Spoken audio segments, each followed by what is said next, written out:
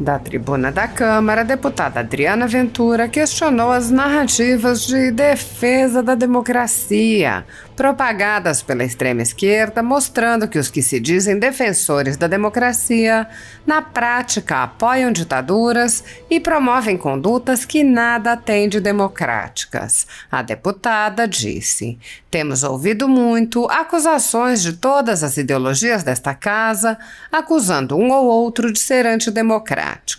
E muitos aqui erguem o bastião de defensores da democracia. O que realmente tem me incomodado são algumas falas do Partido dos Trabalhadores e do presidente Lula sobre o que é antidemocrático." A deputada apontou: "Na minha visão, comprar parlamentares, como ocorreu no Mensalão, foi uma das atitudes mais antidemocráticas que este país já viu. Usar o Banco Nacional de Desenvolvimento Econômico e Social, BNDES, interferir na economia, emprestar dinheiro para ditaduras como Cuba e Venezuela, que até hoje nos devem 529 milhões de dólares, querer fazer lambança de novo com o dinheiro do pagador de imposto, do cidadão. Isso é antidemocrático. Corrupção e o esquemão de corrupção que foi desvendado pela Lava Jato é algo assustadoramente antidemocrático, porque tira dinheiro do pobre para irrigar o toma lá da cá, a lambança de troca de cargos e outras coisas. Então, falar sobre ser antidemocrático com tanta lavagem de dinheiro, ou pagar propina, ou haver superfaturamento, isso sim é um atentado à democracia." Adriana Ventura lembrou que Lula atacou o Congresso e o STF ao chamar o impeachment de Dilma de golpe. Ela disse: "Agora, chamar de golpe um processo de impeachment que foi chancelado por este Congresso Nacional e pelos parlamentares é uma afronta aos três poderes. Isso sim foi legítimo, foi constitucional e é um atentado direto aos três poderes não respeitar o que foi decidido democraticamente nesta casa. E o pior, querer apoiar e financiar ditaduras é algo irresponsável demais, principalmente com o dinheiro do nosso pagador. E o limite disso? Regular a mídia, regular a imprensa, tentar calar os opositores, tentar calar a crítica é vergonhoso." A deputada disse: "Eu pergunto, com esse histórico tão absurdo, como Lula pode defender a democracia? Como ele pode abrir a boca e falar de golpe antidemocrático?" Ela pediu: "Então, presidente Lula, respeite este Congresso, respeite os parlamentares. Antidemocrático é fingir que ajuda pobre, é colocar o pobre cada vez mais na pobreza, no seu cativeiro, sem acesso a uma rampa de saída. É negar a educação de qualidade como vem sendo feito, é deixar o pobre na escuridão e sem perspectiva dentro da sua ignorância." Há 10 anos, a Folha Política atua noticiando fatos, discursos, argumentos e denúncias que são obliteradas pela velha imprensa. Nosso veículo de imprensa dá voz às vozes conservadoras, ao anticomunismo, à defesa dos direitos fundamentais e da liberdade de expressão e de imprensa, além de trazer ao público os vídeos dos pronunciamentos de autoridades para que o público possa formar sua própria opinião sobre o que foi dito e não precise depender de relatos de terceiros. Quem controla a informação, controla em última instância a realidade.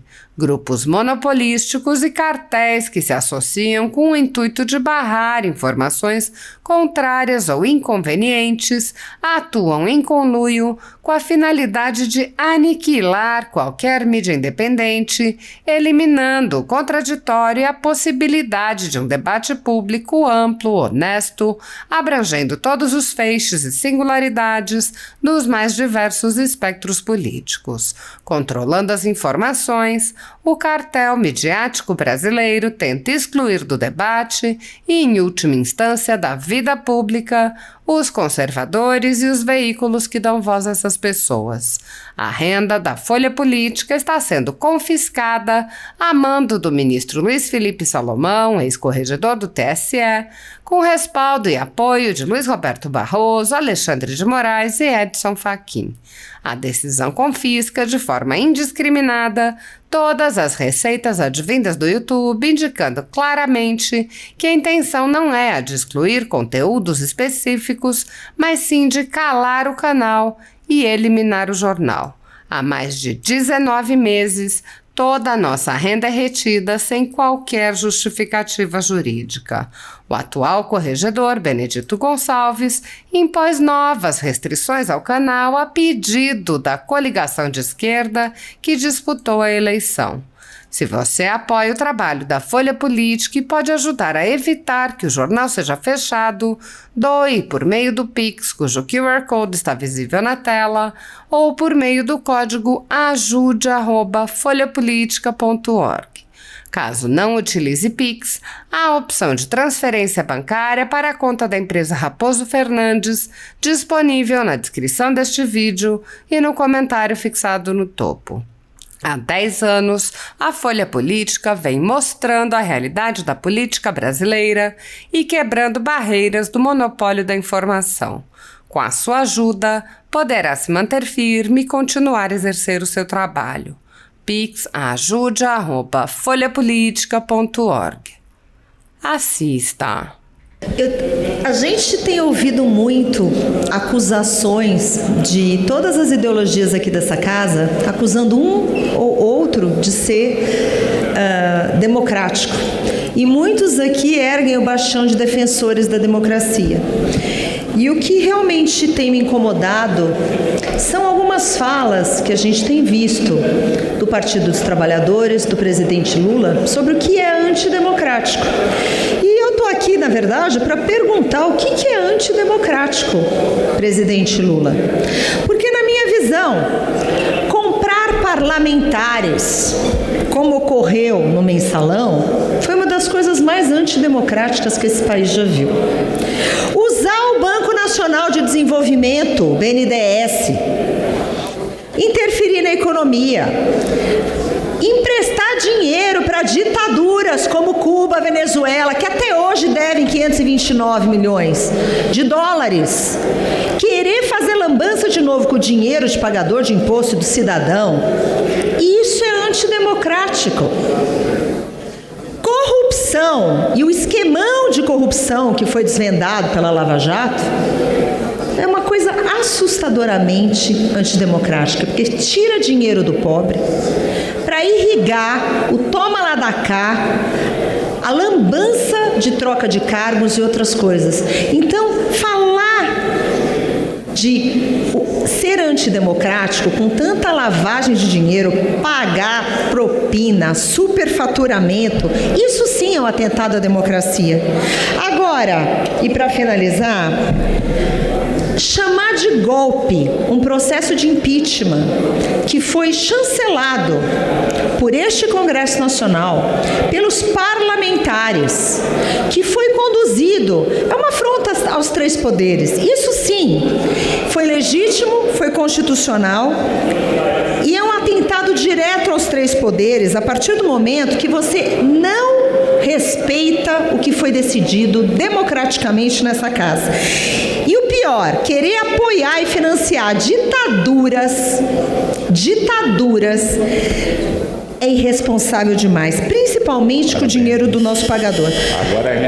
E o limite disso, regular a mídia, regular a imprensa, tentar calar opositores, tentar calar a crítica, é vergonhoso. E eu pergunto, com esse histórico tão absurdo, como Lula pode defender democracia? Como ele pode abrir a boca e falar de golpe antidemocrático? Então, presidente Lula, respeite esse Congresso. Presidente, obrigada.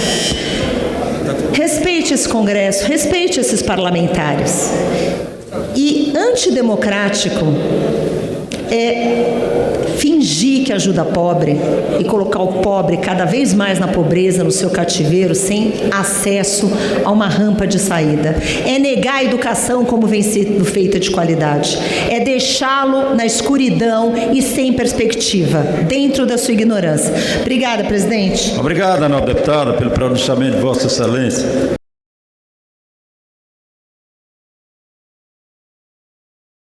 Buenas noches, boa noite para todos.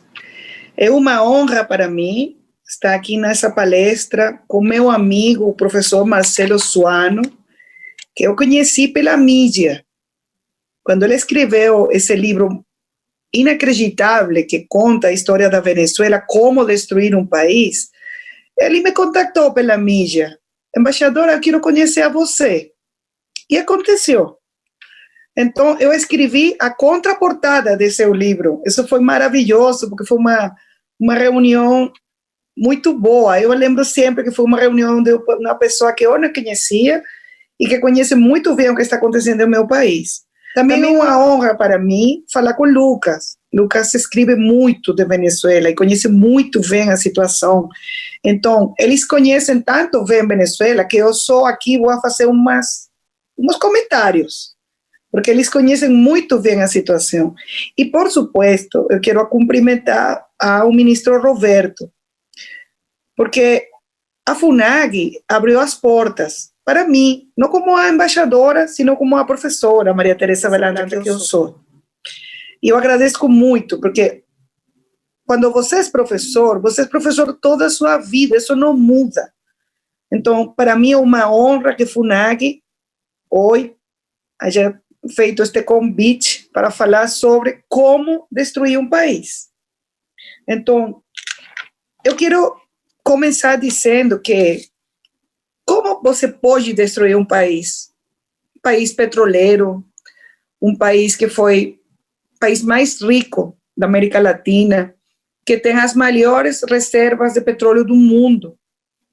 Como que aconteceu que a Venezuela hoje tem 5,5 milhões de venezuelanos que tiveram que fugir porque estão morrendo de fome? Como é que 5 milhões de venezuelanos tiveram que cruzar a fronteira a pé?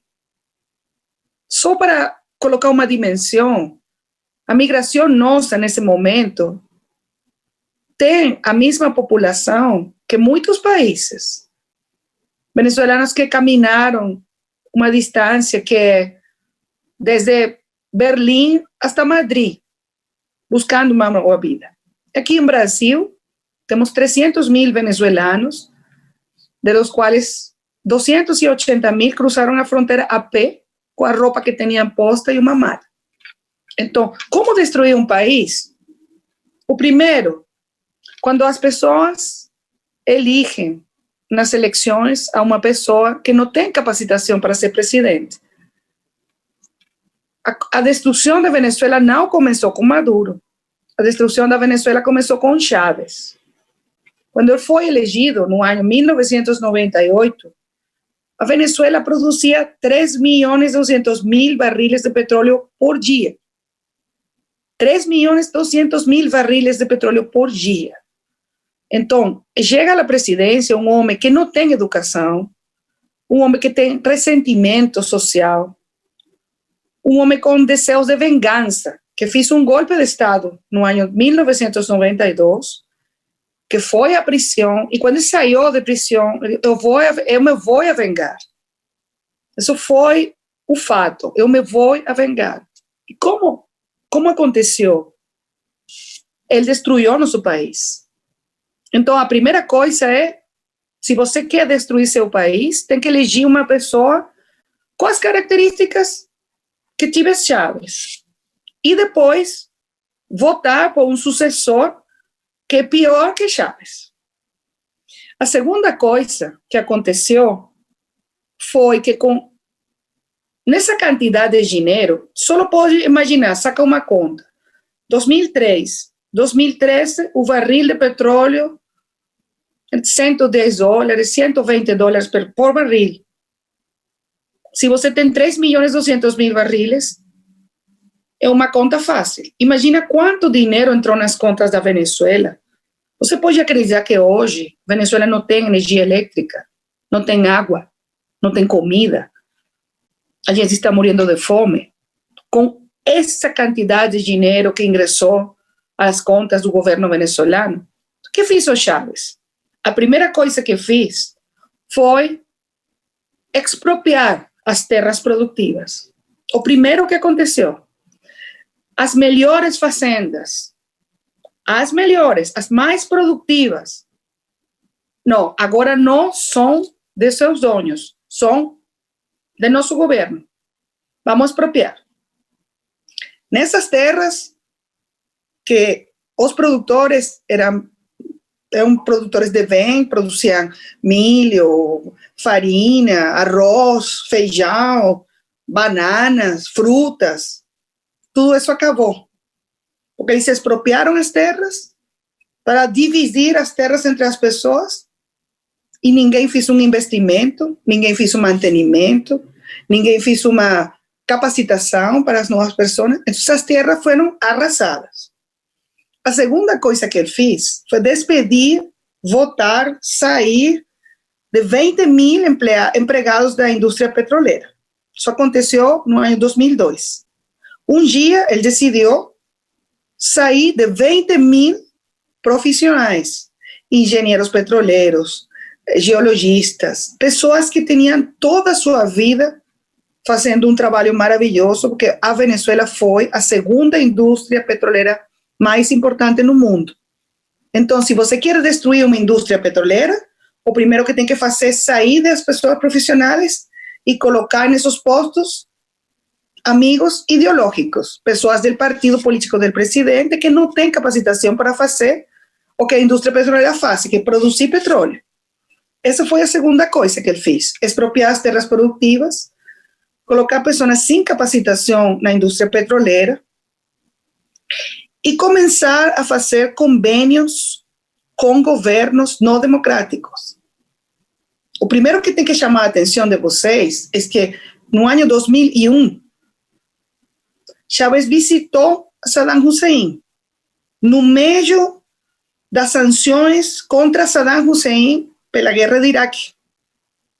E ele foi a fazer acordos com ele, com o governo iraniano, com o governo de Coreia do Norte, com Cuba, com governos não democráticos.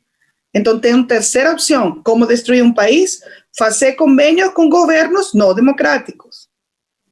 A quarta coisa que ele fez foi entregar nossa soberania, nossas forças armadas, nossa inteligência e nossa companhia para fazer documentos, identificação, aos cubanos.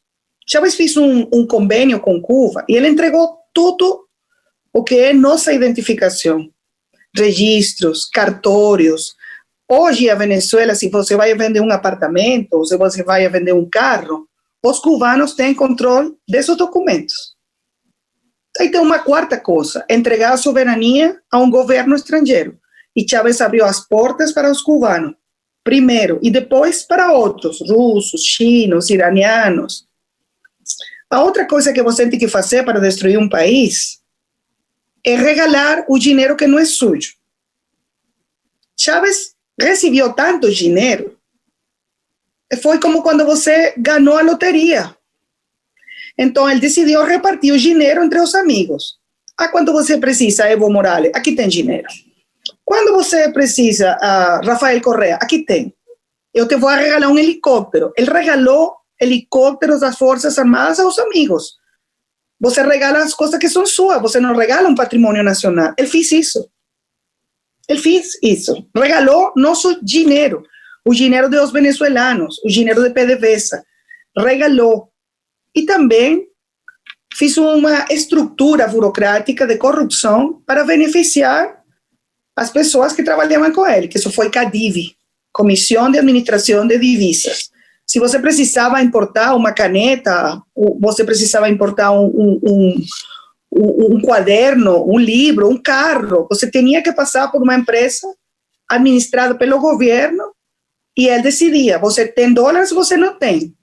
Aí ocorreu o maior acto de corrupção de nossa história. Outra coisa que você tem que fazer para destruir o país é administrar mal. E eles administraram muito mal os recursos porque eles regalaram, donaram e se corromperam. A outra coisa que você tem que fazer, o que ocorreu na Venezuela, foi transformar as Forças Armadas. Nossas Forças Armadas, no passado, foram Forças Armadas profissionais, formadas em democracia, subordinadas ao poder civil. O que aconteceu? Chávez mudou tudo isso, transformou a estrutura das Forças Armadas e cambiou a doutrina de emprego das Forças Armadas, de Forças Armadas profissionais a Forças Armadas revolucionárias.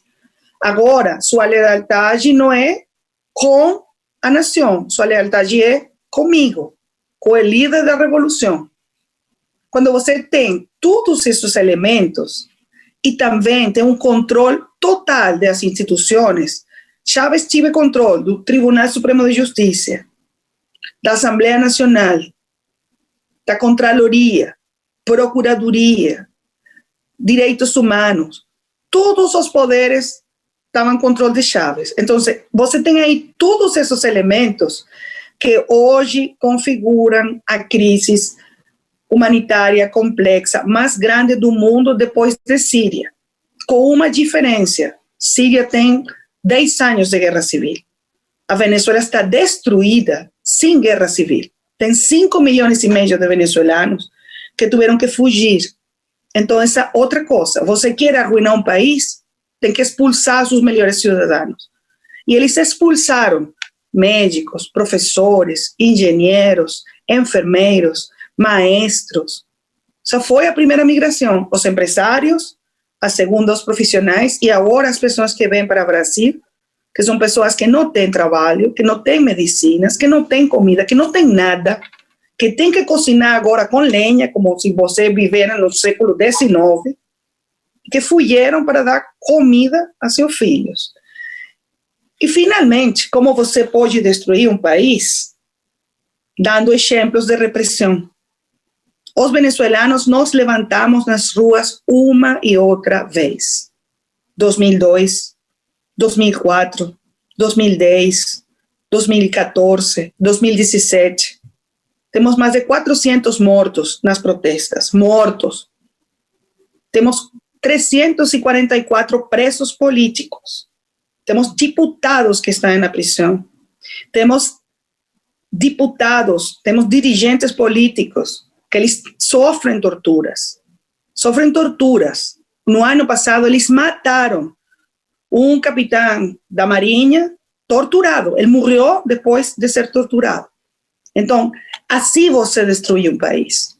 Quando você não tem respeito por as instituições, quando você não respeita a democracia, quando você não respeita a opinião dissidente, quando você coloca as pessoas na cárcel, na prisão, tortura, censura, reprime, acaba com a prensa livre, acaba com a propriedade privada, acaba com o investimento e expulsa os melhores cidadãos do seu país, você tem um país que está destruído, como está meu país agora.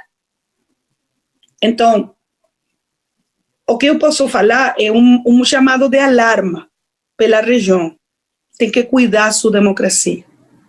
Quando os cidadãos não cuidam a democracia, acontece o que aconteceu na Venezuela. Isso que eu posso falar com vocês. Eu vou deixar hasta aqui para escutar suas perguntas. Obrigada.